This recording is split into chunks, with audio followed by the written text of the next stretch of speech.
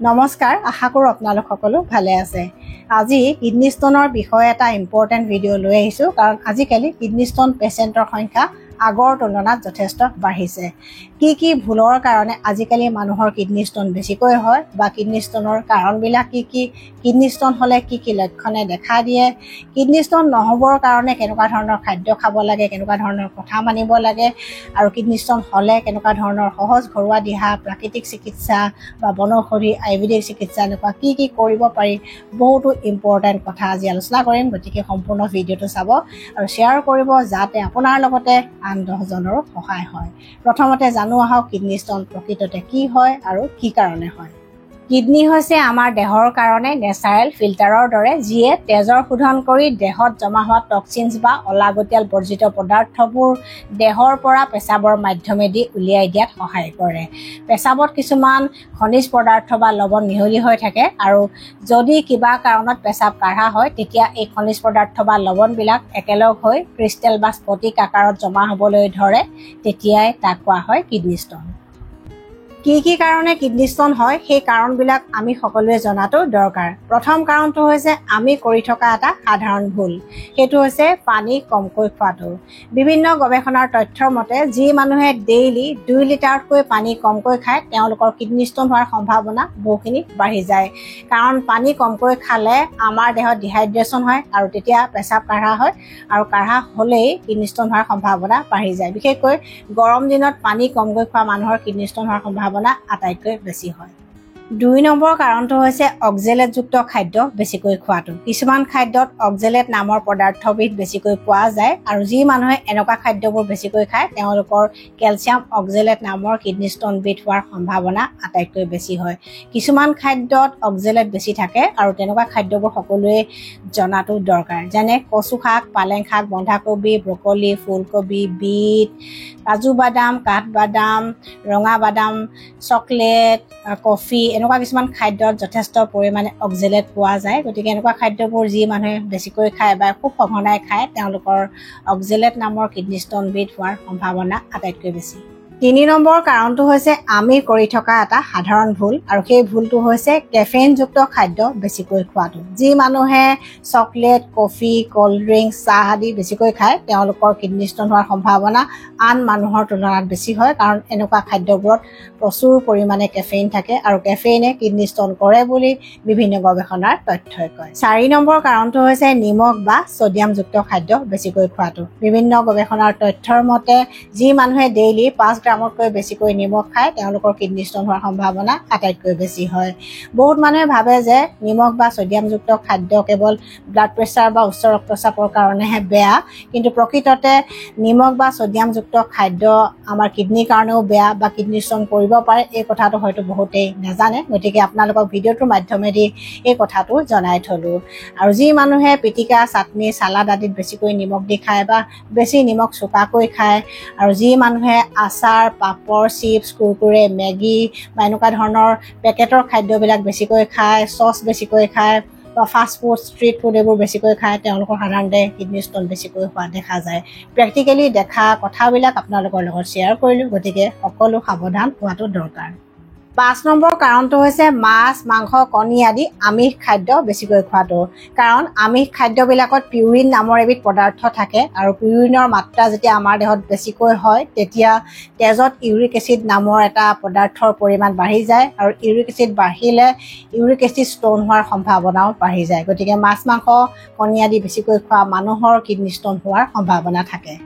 6 number কাৰণটো হৈছে অত্যাধিক মদ্যপান, অৰ্থাৎ যি মানুহে মাত্ৰাধিক পৰিমাণে মদ্যপান কৰে, তেওঁলোকৰ কিডনী ষ্টোন হোৱাৰ সম্ভাৱনা মদ্যপান নকৰা মানুহতকৈ বহুগুণে বেছি বুলি বিভিন্ন গৱেষণাৰ তথ্যই কয়, আৰু প্ৰেক্টিকেলিও দেখা পোৱা যায়। আৰু বহুতৰে এটা ভুল ধাৰণা থাকে যে বিয়েৰ খালে কিডনী ষ্টোন গলি যায় বা ওলাই যায়, কিন্তু প্ৰকৃততে বিয়েৰতো অক্সেলেটৰ পৰিমাণ বেছি থাকে। গতিকে বিয়েৰ বেছিকৈ খোৱা মানুহৰো কিডনী ষ্টোন হোৱাৰ সম্ভাৱনা আটাইতকৈ বেছি হয়। 8 নম্বৰ কাৰণটো হৈছে কিছুমান বেমাৰ। বিভিন্ন গৱেষণাৰ তথ্যৰ মতে ডায়েবেটিছ, উচ্চ ৰক্তচাপ, ইউৰিনাৰী ট্ৰেক্ট ইনফেকশ্যন, কলাইটিছ আদি কিছুমান বেমাৰত ভুগি থকা মানুহৰ কিডনী ষ্টোন অন্য মানুহৰ তুলনাত বেছিকৈ হয়। গতিকে এনেকুৱা বেমাৰ থকা ব্যক্তিসকল অলপমান সাৱধান হোৱাটো দৰকাৰ। 8 নম্বৰ কাৰণটো হৈছে কিছুমান দৰৱৰ সাইড ইফেক্ট বা পাৰ্শ্বক্ৰিয়া বিভিন্ন গৱেষণাৰ তথ্যৰ মতে যি মানুহে সাপ্লিমেন্ট কিনি বেছিকৈ খায় তেওঁলোকৰ কিডনি ষ্টন হোৱাৰ সম্ভাৱনা বেছি হয় অৰ্থাৎ যি মানুহে ইমিউনিটি বঢ়াবৰ কাৰণে ভিটামিন সি সাপ্লিমেন্ট বা টেবলেট প্ৰায়ে কিনি খাই থাকে আৰু যি মানুহে ডক্টৰৰ পৰামৰ্শ নোলোৱাকৈ যেতিয়াই তেতিয়াই কেলছিয়াম ভিটামিন ডি আদি সাপ্লিমেন্ট বিলাক কিনি খাই থাকে তেওঁলোকৰ কিডনি ষ্টন হোৱাৰ সম্ভাৱনা বেছি হয় বুলি বিভিন্ন গৱেষণাৰ তথ্যই কয় গতিকে এনেকুৱা ধৰণৰ সাপ্লিমেন্টৰ ওপৰত নিৰ্ভৰশীল নহয় আমি প্ৰাকৃতিক খাদ্যৰ উৎসবিলাক ল'ব পাৰো যেনে ভিটামিন সি কাৰণে নেমু টেঙা কমলা টেঙা এনেকুৱা ধৰণৰ খাদ্যবিলাক খাব পাৰো আৰু ঠিক তেনেকৈ কেলছিয়ামৰ কাৰণে গাখীৰ বা মিল্ক প্ৰডাক্ট বিলাক খাব পাৰো বা এনেকুৱা বহুতো উৎস আছে যিবোৰ আমি কেলছিয়াম সাপ্লিমেন্ট হিচাপে নেচাৰেলি ইউজ কৰিব পাৰো বা ব্যৱহাৰ কৰিব পাৰো উচ্চ ৰক্তচাপ নিয়ন্ত্ৰণ কৰিবলৈ ব্যৱহাৰ কৰা কিছুমান দৰৱ ডায়াবেটিছ ৰোগ নিয়ন্ত্ৰণ কৰিবলৈ ব্যৱহাৰ কৰা কিছুমান দৰৱ মিগি বা এপিলেপসি ৰোগ নিয়ন্ত্ৰণ কৰিবলৈ ব্যৱহাৰ কৰা কিছুমান দৰৱ আৰু কিছুমান এন্টিবায়টিকৰ সাইড ইফেক্টৰ কাৰণেও কেতিয়াবা কিডনি ষ্টন হ'ব পাৰে গতিকে এনেকুৱা পেচেণ্টসকল যথেষ্ট সাৱধান হোৱাটো দৰকাৰী 9 নম্বৰ ইম্পৰ্টেন্ট ফেক্টৰ বা কাৰকটো হৈছে জেনেটিক যাক আটাইতকৈ ইম্পৰ্টেন্ট বুলি ধৰা হয় কাৰণ কেতিয়াবা কিডনি ষ্টন কৰা যিবিলাক খাদ্য আছে সেইবিলাক খাদ্য খোৱাৰ পিছতো কিছুমান মানুহৰ কিডনি ষ্টন নহ'ব পাৰে আৰু কিছুমানে একো নেখালেও তেওঁলোকৰ কিডনি ষ্টন হ'ব পাৰে গতিকে জেনেটিক ফেক্টৰে এটা গুৰুত্বপূৰ্ণ ভূমিকা পালন কৰে বুলি বিভিন্ন গৱেষণাৰ তথ্যই কয় আৰু কাৰোবাৰ পৰিয়ালত যদি কিডনি ষ্টন থাকে তেন্তে তেওঁলোকৰ বাকি সদস্যসকলো অকণমান সাৱধান হোৱা উচিত কাৰণ জেনেটিক ফেক্টৰ এটা ডাঙৰ ফেক্টৰ কিডনি ষ্টন হলে কি লক্ষণে দেখা দিয়ে সকলোৱে জনাটো দৰকাৰ প্ৰথম লক্ষণটো হৈছে বিষ কিন্তু কিডনি ষ্টনৰ সাইজ যদি সৰু হৈ থাকে তেতিয়া বিষ বা পেইন অনুভৱ নহব পাৰে অৰ্থাৎ পেশেন্টে একো ফিল নকৰিবও পাৰে কিন্তু 8 mm বা 8 মিলিমিটাৰতকৈ যেতিয়া কিডনি ষ্টনৰ সাইজ ডাঙৰ হয় তেতিয়া সাধাৰণতে বিষ অনুভৱ হয় আৰু এই বিষৰ অৱস্থান বা লোকেশন অনুসৰি বিষ কম বা বেছি হ'ব পাৰে অৰ্থাৎ কিডনিত যদি ষ্টন থাকে তেতিয়া বিষ কম হ'ব পাৰে আৰু ইউৰেটাৰ বা ইউৰেথ্ৰাত যদি ষ্টন থাকে তেতিয়া বিষ বেছি হ'ব পাৰে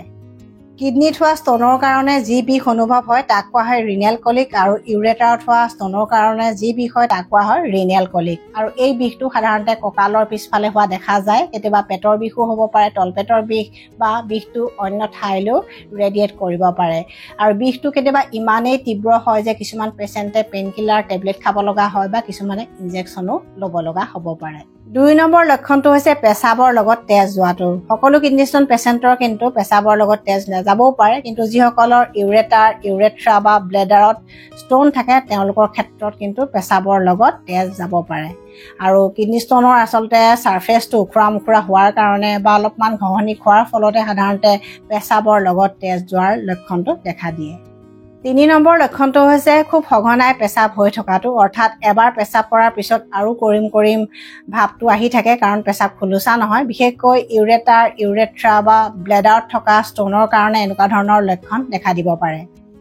4 নম্বৰ লক্ষণটো হৈছে খুব সঘনাই ইউৰিন ইনফেকচন হৈ থকাটো অৰ্থাৎ কাৰোবাৰ যদি খুব সঘনাই ইউৰিনাৰী ট্ৰেক্ট ইনফেকচন হৈ থাকে তেন্তে অতি সোনকালে পৰীক্ষা কৰাই লওক তাৰ কাৰণ হয়তো কিডনি ষ্টনো হ'ব পাৰে 5 নম্বৰ লক্ষণটো হৈছে বমি ভাব হোৱা বা বমি হোৱা আৰু জ্বৰ হোৱা এই লক্ষণবিলাকৰ ভিতৰত দুটা বা ততোধিক লক্ষণ যদি আপোনালোকে দেখা পাইছে তেন্তে অতি সোনকালে চিকিৎসকৰ পৰামৰ্শ লওক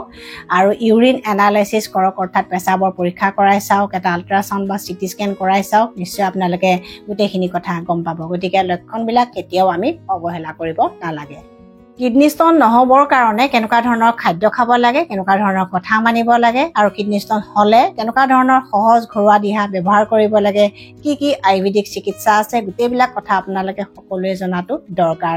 প্ৰথম উপায় বা নিয়মটো আমি সকলোৱে জানো মাত্ৰ গুৰুত্ব নিদিওঁ বা পাহৰি যাওঁ সেইটো হৈছে ডেইলি 2 লিটাৰ বা 3 লিটাৰ পানী খোৱাটো বিশেষকৈ গৰম দিনত অলপমান পানীৰ পৰিমাণটো বঢ়াব লাগে কাৰণ তেতিয়া কিডনি ষ্টন হোৱাৰ সম্ভাৱনা কমি যায় আৰু সৰু কিডনি ষ্টন বিলাকো ওলাই যায় গতিকে পানী খোৱাত গুৰুত্ব দিয়ক কিন্তু এটা কথা মনত ৰাখিব একেবাৰতে লিটাৰ হিচাপত পানী কেতিয়াও খাব নালাগে বা সৰহকৈ পানী খাব নালাগে এটা ৰেগুলাৰ ইন্টাৰভেল আৰু এটা নিৰ্দিষ্ট পৰিমাণত পানী খালে কিডনি ষ্টন হোৱাৰ সম্ভাৱনাও কমি থাকে বা কিডনি ষ্টন থকা পেচেণ্টসকলো যথেষ্ট উপকৃত হয় 2 নম্বৰ খাদ্যবিধ হৈছে নেমুৰ চৰ্বত নেমুত আছে সাইট্ৰিক এসিড যিয়ে কিডনি ষ্টন গলি যোৱাত সহায় কৰে বিশেষকৈ সৰু সৰু কিডনি ষ্টনবোৰ নেমুৰ চৰ্বত খালেও সহজতে গলি যায় গতিকে ডেইলি এগিলাস বা দুগিলাস নেমুৰ চৰ্বত খোৱাৰ অভ্যাস কৰিলে কিডনি ষ্টন হোৱাৰ পৰা আমি বাচি থাকিব পাৰোঁ কিন্তু এটা কথা মনত ৰাখিব যে চেনি নিদিয়াকৈ খাব লাগে কাৰণ চেনি দিলে ইয়াৰ গুণাগুণ নষ্টহে হয় পাৰিলে তালমিচিৰি দিব বা মৌজুল দিব আৰু পাৰিলে একো মিঠা নিদিয়াকৈ খাবলৈ চেষ্টা কৰিব বিশেষকৈ ডায়াবেটিছ ৰোগীয়ে মিঠা নিদিয়াকৈ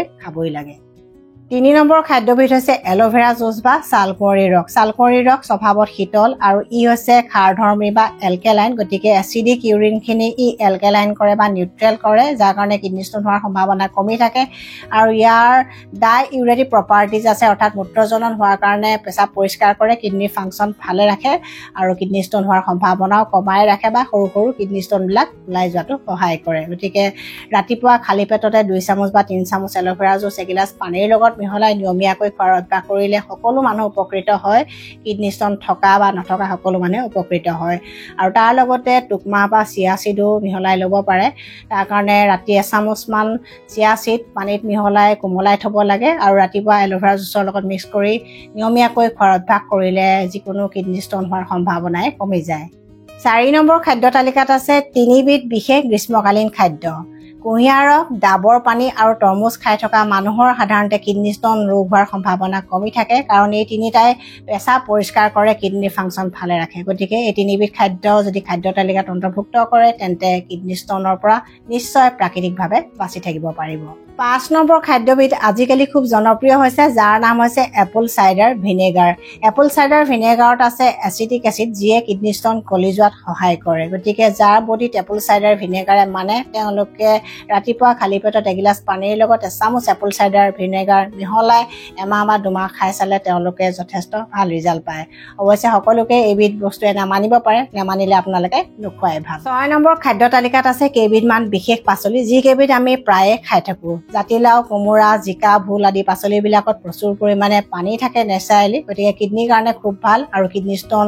ৰোগৰ পৰা আমাক নেচাৰেলি বচাই ৰাখে যি মানে এনেকুৱা পাচলিবিলাক খাই থাকে তেওঁলোকৰ সহজতে কিডনি ষ্টন নহয় আৰু কিডনি ষ্টন পেচেণ্টৰ কাৰণে এনেকুৱা খাদ্যবিলাক উত্তম পথ্য 7 নম্বৰ খাদ্য তালিকাত আছে কলপচলা আৰু খাৰ দুইবিধ খাদ্য হৈছে এলকেলাইন বা ক্ষাৰধৰ্মী গতিকে কিডনিৰ কাৰণে খুব ভাল আৰু কিডনি ষ্টন ৰোগটো প্ৰাকৃতিকভাৱে প্ৰতিৰোধ আৰু নিয়ন্ত্ৰণ কৰাত সহায় কৰে অৰ্থাৎ যি মানুহে এই দুইবিধ খাদ্য খাই থাকে তেওঁলোকৰ কিডনি ষ্টন হোৱাৰ সম্ভাৱনা কমি থাকে আৰু কিডনি পেচেণ্টসকলো যথেষ্ট উপকৃত হয় বহুতে পচলাৰ ৰস খাই কিডনি ষ্টন গলি গৈছে বুলি মাজে মাজে কোৱা শুনো গতিকে কলপচলা আঞ্জা কৰি খাব পাৰে বা খাৰৰ যিকোনো ব্যঞ্জন মাজে মাজে খাই থাকিলে আপোনালোকে যথেষ্ট উপকৃত হ'ব 8 নম্বৰ খাদ্যবিধ হৈছে জিৰা বিভিন্ন গৱেষণাৰ তথ্যৰ মতে জিৰা ৱাটাৰ অৰ্থাৎ জিৰা তিয়াই ৰখা পানীয়ে কিডনি ষ্টন গলি যোৱাত সহায় কৰে আৰু কিডনি ষ্টন ৰোগীসকল উপকৃত হয় যিসকলে জিৰা ৱাটাৰ খাব খুজিছে তেওঁলোকে 1 চামুচ জিৰা এগিলাস গৰম পানীত ৰাতি তিয়াই ৰাখি ৰাতিপুৱা চেকনিৰে চেকি খালী পেটত খোৱাৰ অভ্যাস কৰিব পাৰে তেওঁলোক নিশ্চয় উপকৃত হ'ব 9 নম্বৰ খাদ্য তালিকাত আছে কেইবিধমান থলুৱা বনৌষধি বা বন শাক পাতে গজা বা দুপৰটেঙা পাত কিডনি ষ্টন ৰোগীৰ কাৰণে উপকাৰী বুলি হয়তো সকলোৱে জানে যাৰ কিডনি ষ্টন থাকে তেওঁলোকে 3 খিলা বা 5 খিলা দুপৰটেঙা পাতৰ ৰস 1 কাপ বা এগিলাস পানীৰ লগত মিহলাই ৰাতিপুৱা খালী পেটত নিয়মীয়াকৈ খোৱাৰ অভ্যাস কৰিব পাৰে তেওঁলোকে দুমাহমান খালে নিশ্চয় ভাল ৰিজাল্ট পাব সৰু সৰু কিডনি ষ্টন থকা পেচেণ্টসকল যথেষ্ট উপকৃত হ'ব তেওঁলোকে সোনকালে ৰিজাল্ট পাব কিন্তু যাৰ কিডনি ষ্টন ডাঙৰ হৈছে তেওঁলোকে হয়তো বহুত দিন খাব লগা হ'ব পাৰে বা কেতিয়াবা ভাল ৰিজাল্ট নাপাবও পাৰে তেনে ক্ষেত্ৰত ডক্তৰৰ পৰামৰ্শ নিশ্চয় লোৱাটো দৰকাৰ ইয়াৰ উপৰিও চুকা শাক টেঙামৰা মধুসোলেং এনেকুৱা ধৰণৰ বন শাকবিলাকো কিডনি ষ্টনৰ কাৰণে খুব ভাল এইবিলাক খাই থাকিলে সহজতে কিডনি ষ্টন নহয় বা যাৰ কিডনি ষ্টন আছে তেওঁলোকো যথেষ্ট উপকৃত হয় কাৰণ কিডনি ফাংচন এইবিলাক বনৌষধিয়ে ভাল কৰে তাৰ উপৰিও জমলাখুটি গছৰ আলু বা শিপাডালো যথেষ্ট উপকাৰী কেনেকৈ খাব লাগে ইয়াৰ বিষয়ে ভিডিঅ' আছে আপোনালোকে চাব পাৰিব বা আগলৈ এনেকুৱা ভিডিঅ' আকৌ লৈ আহিম তাৰ উপৰিও তেনেকুৱা কিছুমান থলুৱা বনৌষধি আছে যেনে দুবৰি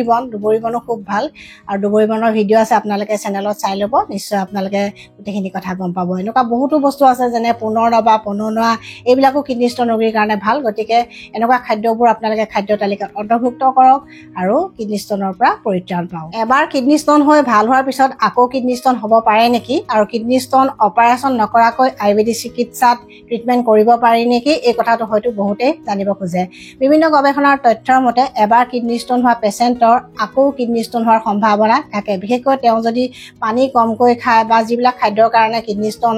হয় সেই খাদ্যবিলাক বেছিকৈ খোৱা আৰম্ভ কৰে বা নীতি নিয়মবিলাক যদি পালন নকৰে তেওঁলোকৰ আকৌ এবাৰ বা দুবাৰ হয়তো কিডনী ষ্টন হোৱাৰ সম্ভাৱনা থাকে সেইকাৰণে